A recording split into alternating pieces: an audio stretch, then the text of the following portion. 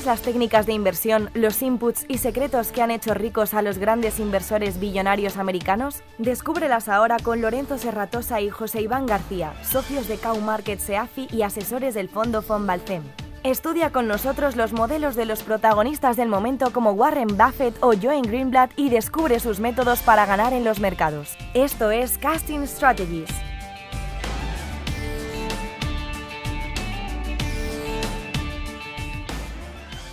Buenas tardes y bienvenidos una tarde más a Casting Strategies. Hoy vamos a hablar de la entrevista que nos ha concedido Tobias Carlyle. Para el que no conozca a Tobias Carlyle, es uno de los grandes difusores del Quantitative Value Investing, uno de los grandes difusores de la inversión cuantitativa, sobre todo a través de dos libros que a mí me parecen básicos para este tipo de inversión, que son Acquires Multiple y Deep Value, dos libros súper interesantes de leer, y también es el autor de la web Acquires Multiple, donde se pueden aplicar la inversión cuantitativa a través de un ratio que es pues uno de los ratios que nosotros también usamos muchísimo y uno de los ratios más interesantes a la hora de valorar empresas, el EV/B, creado pues nada menos que por el gran Greenblatt. ¿A ti qué te parece el trabajo de Tobias Carlyle así en el inicio? ¿Y qué te parece además el cambio que ha pegado a la hora de contestarnos la sorpresa que nos ha producido sus respuestas a la entrevista cuando le hemos visto decantarse más por un value investing tradicional, más que por todo lo que ha defendido en sus libros? ¿Por qué crees que ha pasado esto? Pues yo creo que tiene que ver con la transformación de lo que era Carbon Beach, que era la empresa de asesoramiento que tenía, hacia la gestora que es The Acquirers Funds. Lo que ha hecho él es montar una serie de fondos ahora, que yo entiendo que por la regulación, etcétera, pues son mutual funds, son fondos mutuos y por tanto pues es una regulación más no tan abierta como en los hedge funds, sino mucho más cerrada, y que le obliga a tomar posiciones más lo típico, ¿no? Entonces él se está decantando hacia un value más tradicional y está dejando de lado un poco lo que él ha defendido durante mucho tiempo, ¿no? O sea, él escribió el libro Quantitative Value junto con Wesley Gray, que es uno de los CEOs de Alpha Architect, y básicamente es un libro de factor investing totalmente, ¿no? Sin embargo, y es un libro, es un enfoque igual que el de Acquires Multiple, este último libro, también es un enfoque totalmente cuantitativo para identificar empresas muy baratas utilizando este ratio, ¿no? Por tanto, a mí me da que lo que está separando es la idea o está orientándose hacia una venta más de tipo tradicional porque le interesa venderlo más en su fondo. Eso es lo que estaba pensando. Pero no porque él esté cambiando de opinión, ¿eh? Eso es lo que yo pienso, que quizá tendrá que ver más con algo que tú has dicho, que puede ser algo regulatorio. No tiene mucho que ver que elijas una empresa por EV/B con el tema regulatorio. Yo creo que es más un tema de marketing, ¿no? Quizá bueno, de marketing, sí. Vale. La línea que de Warren Buffett, la línea de los grandes inversores, si quieres captar mucho dinero para mutual funds, Peter Lynch, todo eso, pues quizá sea una línea de marketing que a él parece ser que es lo que le interesa ahora. Pero bueno, es extraño también porque él ha vendido muchos libros. Entonces, no lo sé, yo creo que... Pero claro, ten en cuenta que en Carbon Beach él lo que hacía era... O sea, por eso he dicho lo del tema del mutual funds, porque en Carbon Beach lo que hacía básicamente su portfolio estrella era un absolute return con cobertura, en el que hacía un portfolio concentrado de unas 15 acciones muy infravaloradas, utilizando, entre otros, el Acquires Multiple, y luego lo cubría. Claro, esto ya no lo podrá hacer en Acquires Fund, probablemente. Claro, entonces, le habrá tenido que cambiar todo el modelo, porque claro, él baja la volatilidad utilizando una cobertura, pero si ya no lo tiene, pues se va a otro tipo de empresas, no tan agresivas, probablemente. Yo entiendo que tiene que ver con eso. Bien. En la entrevista, cuando le preguntamos sobre factor investing, pues él nos dice que el caso de la inversión sistemática, su objetivo es eliminar el sesgo de comportamiento de los inversores. Y dice que es útil. Y yo creo que esto es una de las claves, en mi opinión, del factor investing, ¿no? El poder eliminar todo lo que son decisiones subjetivas de la ecuación a la hora de la inversión, ¿no? Porque creo que es lo que realmente puede cambiar. Claro, ahí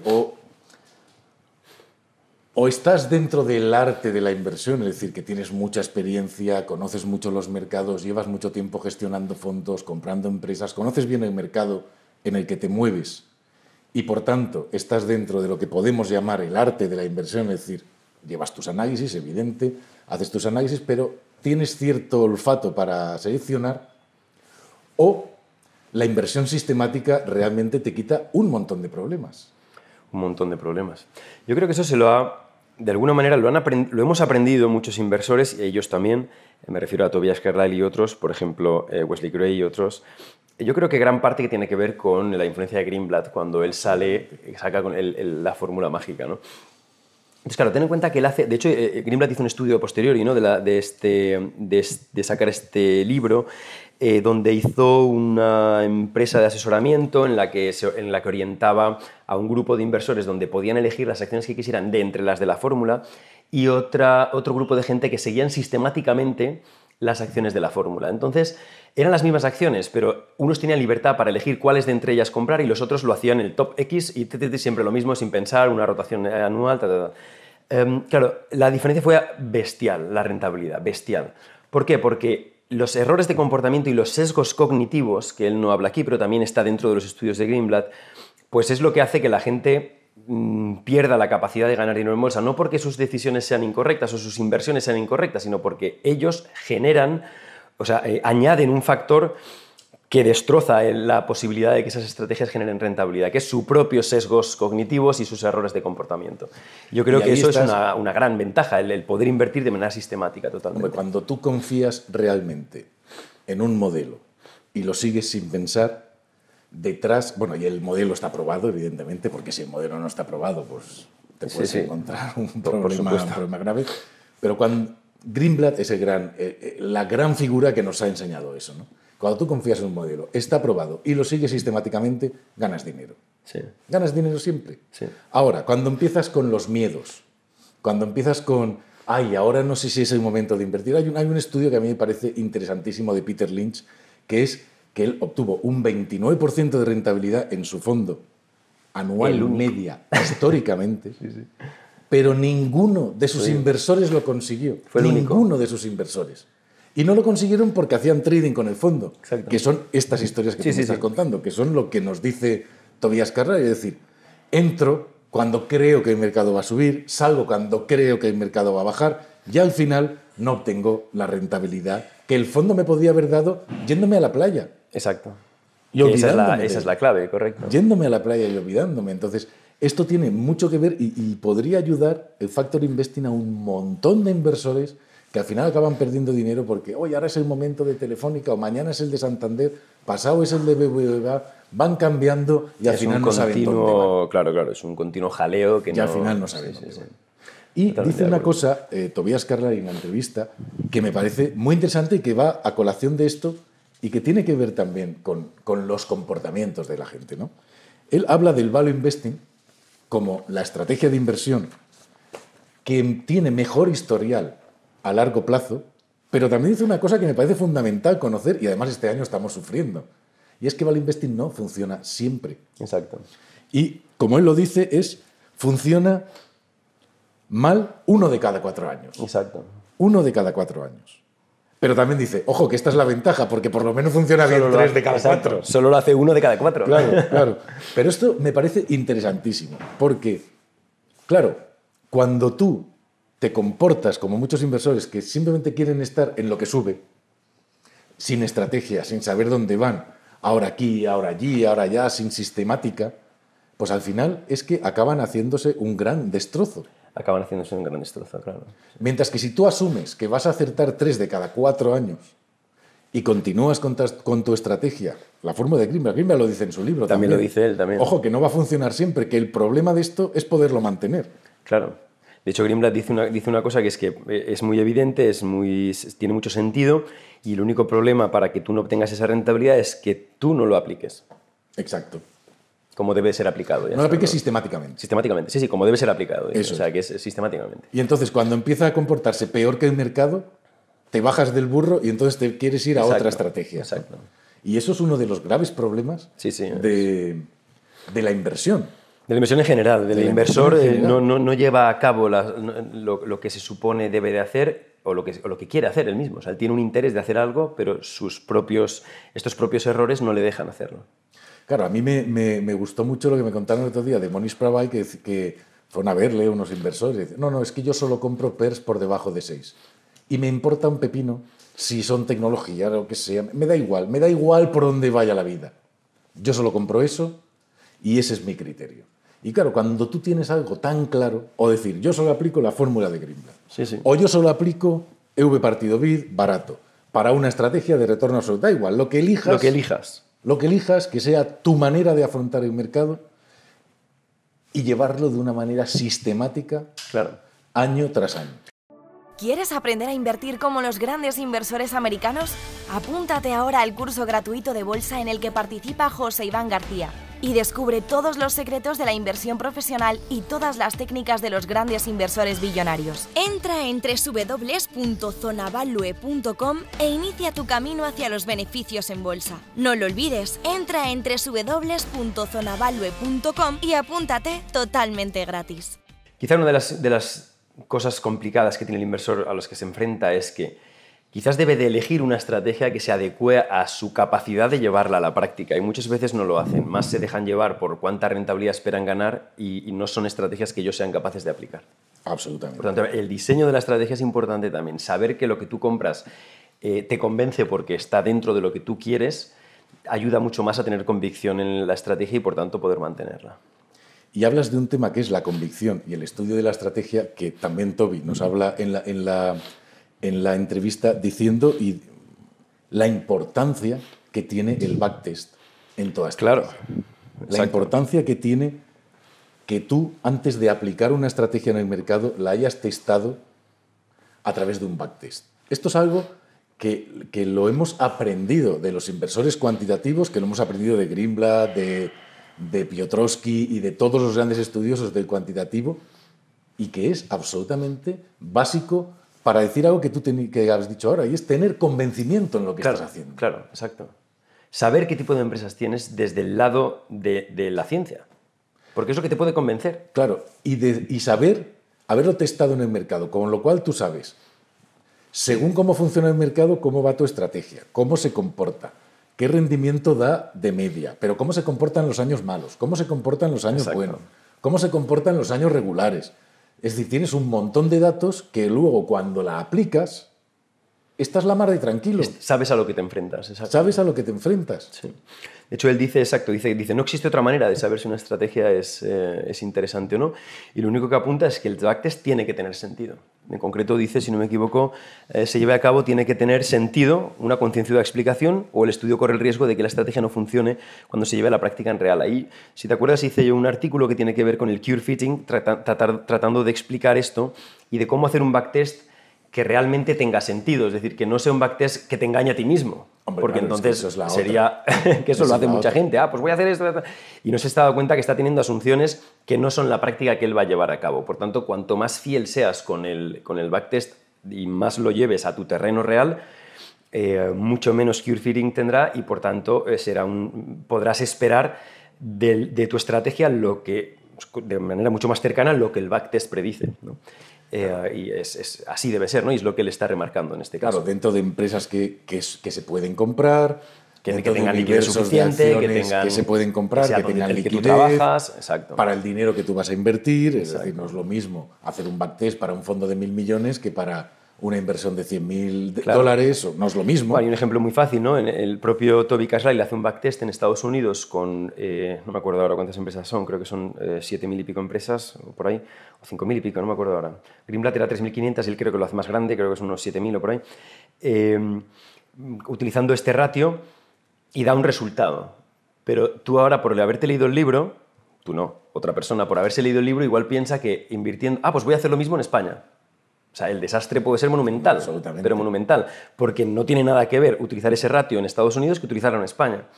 Ni es el mismo universo de acciones, ni es el mismo tamaño en cuanto al universo de acciones, por tanto, en términos relativos no son los mismos precios. De hecho, es un desastre que no tiene nada que ver. Tendrías que testarlo en España primero. De hecho, yo hice un artículo a raíz de eso. Estados Unidos no es Europa, Sí, donde se ve exacto, la de gran acuerdo. diferencia en la aplicación del Factor Investing, cuando lo aplicas en Estados Unidos que cuando lo aplicas en Europa. Es curioso cómo en Europa la manipulación del mercado, de las grandes compañías, los gobiernos, las eléctricas, el control estatal sobre las compañías, hace que los ratios financieros no funcionen igual. Eso es un tema. Y otro tema también, y es que en Europa, debido al problema de los mercados y a los estrechos que son los mercados, muchas compañías no salen al mercado. Claro. En Estados Unidos salen un montón de compañías al mercado. Y al final es un mercado que es, curiosamente, más eficiente en términos de value investing. Sí. Cuantitativo, es decir, funciona más acorde con los ratios financieros. Cuando los mercados europeos no. Por lo tanto, eso que tú decías es absolutamente básico. Es decir, tú tienes que testar qué funciona en el mercado en el que tú vas a invertir. En el que tú vas a invertir, claro. Esa es la y no qué funciona para Warren Buffett, que va a invertir en Estados Unidos. O decides invertir en Estados Unidos y, por tanto, utilizar una estrategia que te pueda funcionar. Claro, claro. Es decir, ¿qué universo voy a utilizar de acciones?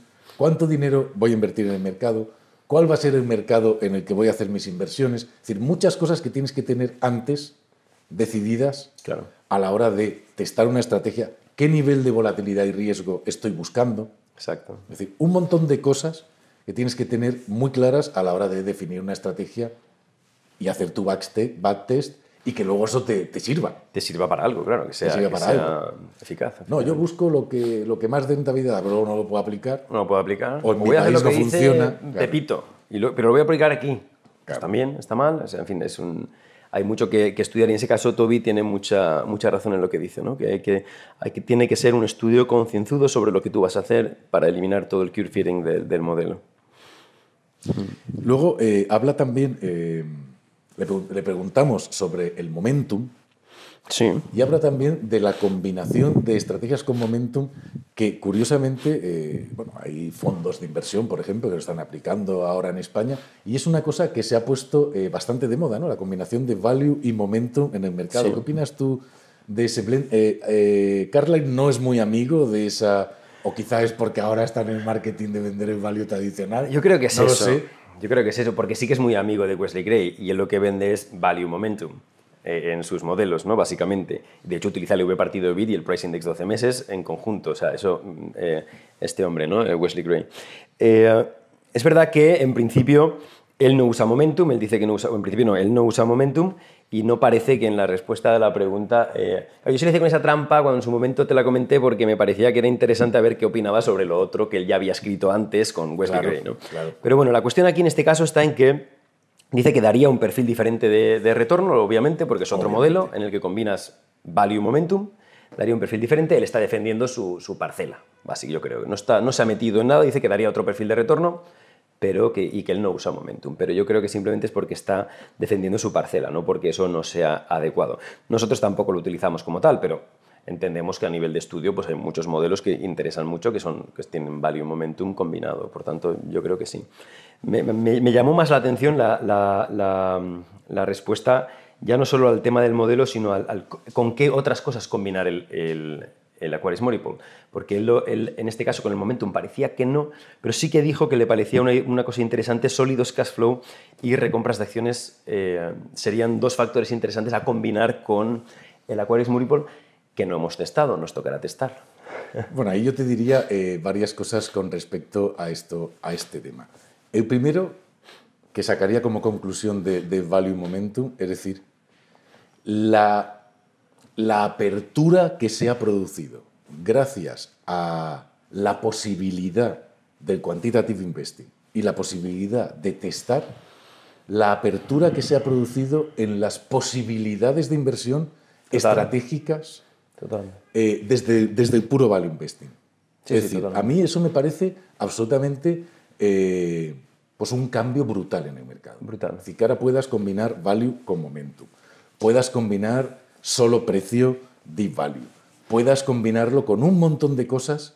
Eso por ejemplo, con hacer long short, value investing. Eso me enamora totalmente, porque es fantástico toda esa posibilidad que tenemos ahora que antes no teníamos. O un absolute return basado en value investing. O sea, se ha abierto tanto el abanico del value investing que eso es maravilloso. Maravilloso. Porque da muchísimas posibilidades de crear estrategias muy diferentes, por ejemplo, con opciones, con CFDs, con un montón de productos y con un montón de estrategias, siempre desde una base Value Investing, y siempre desde una base ordenada, seria, racional, testada, segura. Es decir, se han abierto mucho las posibilidades para el inversor. Yo creo que tiene que ver más, o sea, claro, el desarrollo de las nuevas tecnologías que permiten hacer todo esto, porque si tú te acuerdas cuando hicimos el videocurso que tenemos de Intrinsic Value, de valor intrínseco, cuando contábamos la historia sobre Warren Buffett, que lo que hacía era buscar en el libro de Moody's, en el manual de Moody's, hacer ahí su screening con el screen de Graham, hacía eso manualmente con 10.000 páginas de ratios.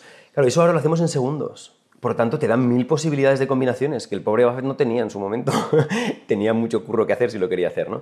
Pero nosotros ahora tenemos esa capacidad de, en cuestión de segundos, poder combinar miles de opciones.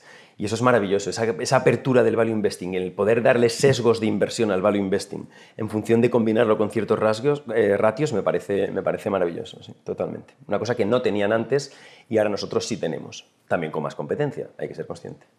Y yo añadiría que no solo Warren Buffett no podía hacerlo en minutos, sino que además no podía testar la estrategia que estaba siguiendo. Claro. Es decir, tenía que confiar en su maestro Graham, tenía que confiar en sus propias... en lo que ellos decían que funcionaba, bueno, y en la historia que Graham llevaba, pero no podía testar en el mercado si esa estrategia realmente funcionaba a 10 años, a 15 años, cómo funcionaba en este ambiente de mercado, en el otro, en 2008, en 2007, en 2001. No podía testarlo porque no tenía la tecnología para hacerlo. De hecho, Toby Cashley lo testa en un periodo posterior en el libro de Deep Value y ve que no merece la pena, como en su momento merecía cuando Buffett la aplicaba. Ni ahora tampoco, nosotros la hemos testado con el NCAP y no salen los números por ningún lado, ahora. Claro. Pero antes sí. Lo cual es interesante, es decir, ya no solo tienes todo a un solo clic, sino que encima puedes testarlo. Puedes testarlo. Y se abre impresionantemente el abanico de estrategias que puedes aplicar. Pues yo en principio, si te parece, por acabar, porque creo que ya estamos acabando, sí que querría decir que Toby nos pidió que dijéramos que a todos nuestros oyentes que podían ponerse en contacto con él si querían a través de su cuenta de Twitter, de LinkedIn y de Facebook y a través de su blog Greenback, donde él básicamente está para todos nosotros. Vale. También se puede seguir, hay que decir que se puede leer la entrevista íntegra en el blog de Zona Value. Zona Value. Ahí tenéis el artículo que escribió Iván sobre la entrevista íntegra. Y vamos a acabar ya este capítulo de Casting Strategies con un tema. Hoy te toca decir el tema a ti. ¿Con qué tema quieres que acabemos? Pues hoy acabaría con un tema muy romántico y le diría a Toby, solo si es contigo, de Bombay. Bueno, yo invertiré con otros más, que no sea solo Toby Carlyle. Vamos a acabar con este tema, Casting Strategies de hoy. Gracias. Necesito contigo, recorrería el mundo entero contigo. Me pasaría todo el tiempo mirando el firmamento y con tus dedos tapando el sol. Solo si es contigo, me perdería.